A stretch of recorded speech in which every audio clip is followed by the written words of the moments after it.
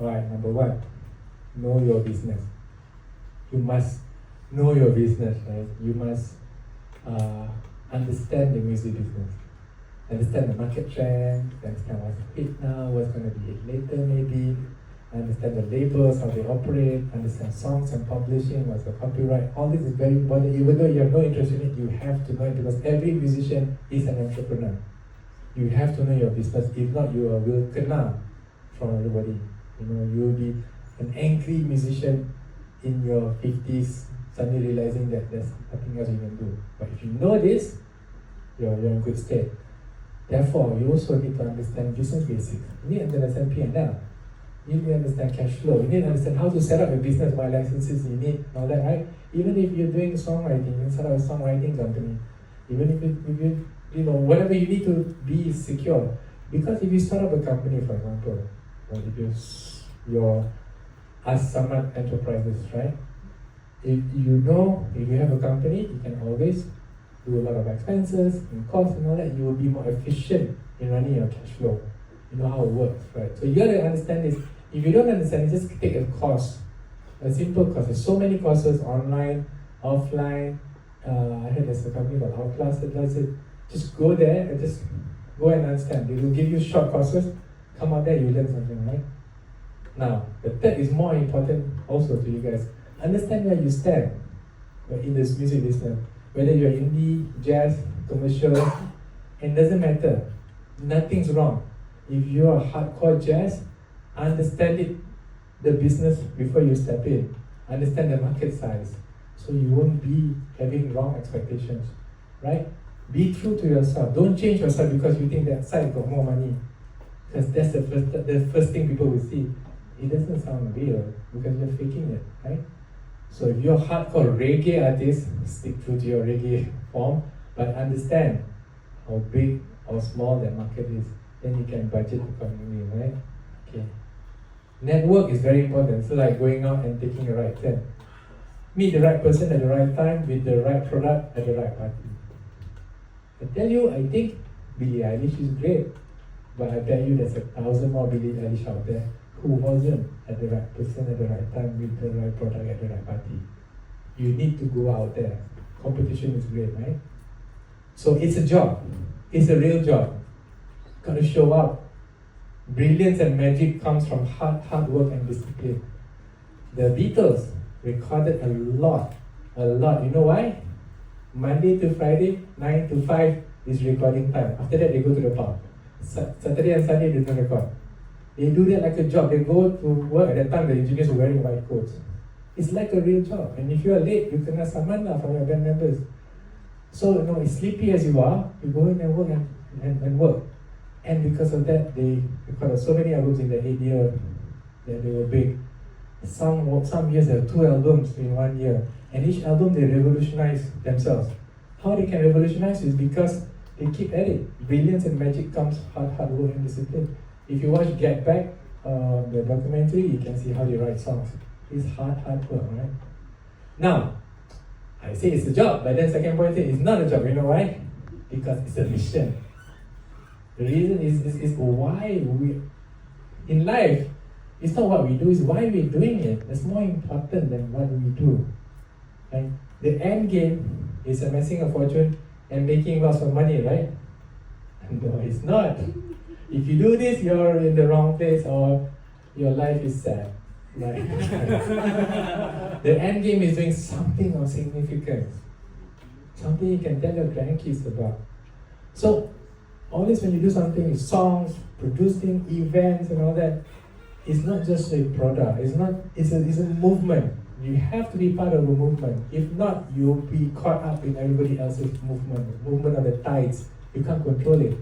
So always be in a place where you are contributing to anthems of generation. Now, sounds big.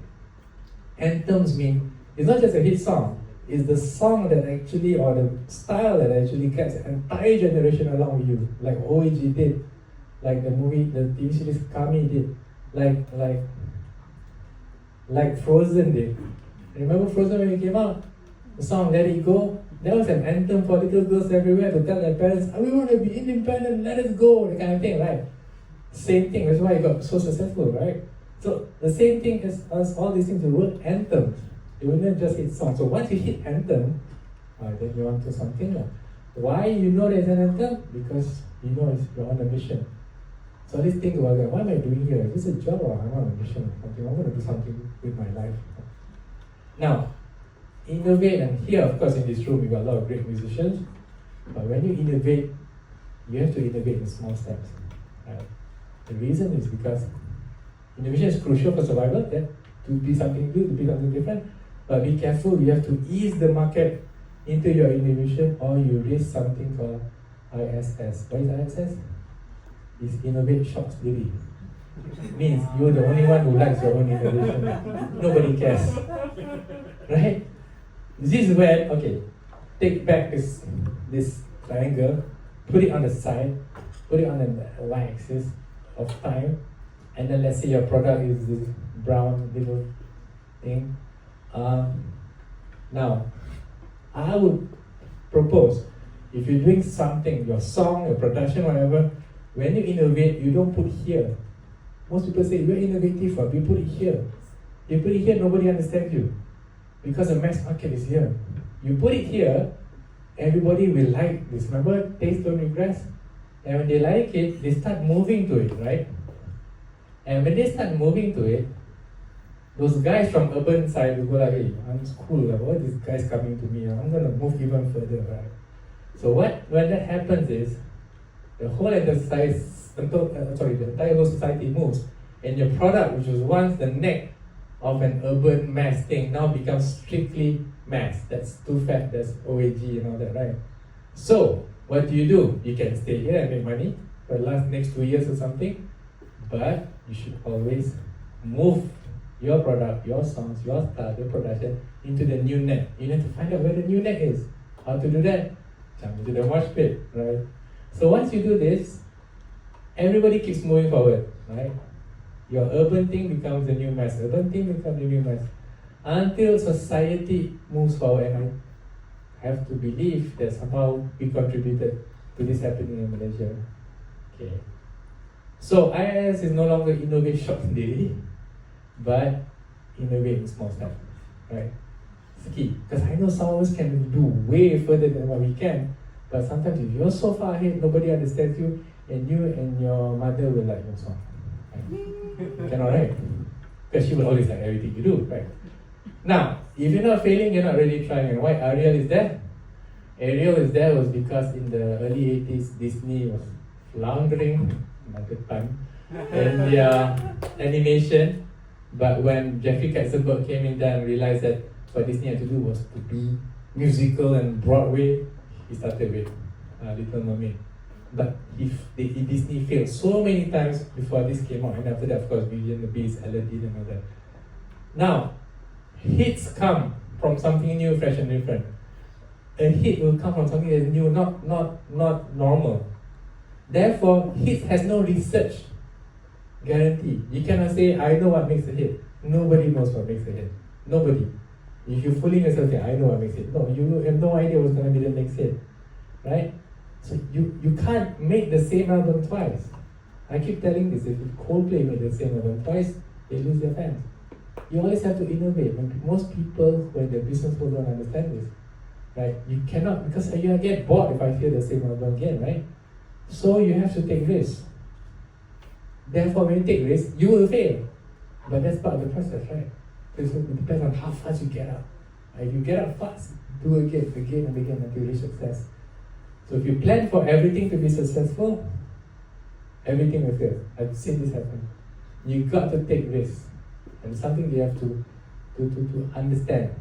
Right? And you have to always be different. Okay. Understood? Okay. Being different has always been the main ingredient for the creative success that I've had anyway. Because it brings me back. It brings me back to that night when this guy said, you are different. And that is alone kept me all the way until right now. Thanks.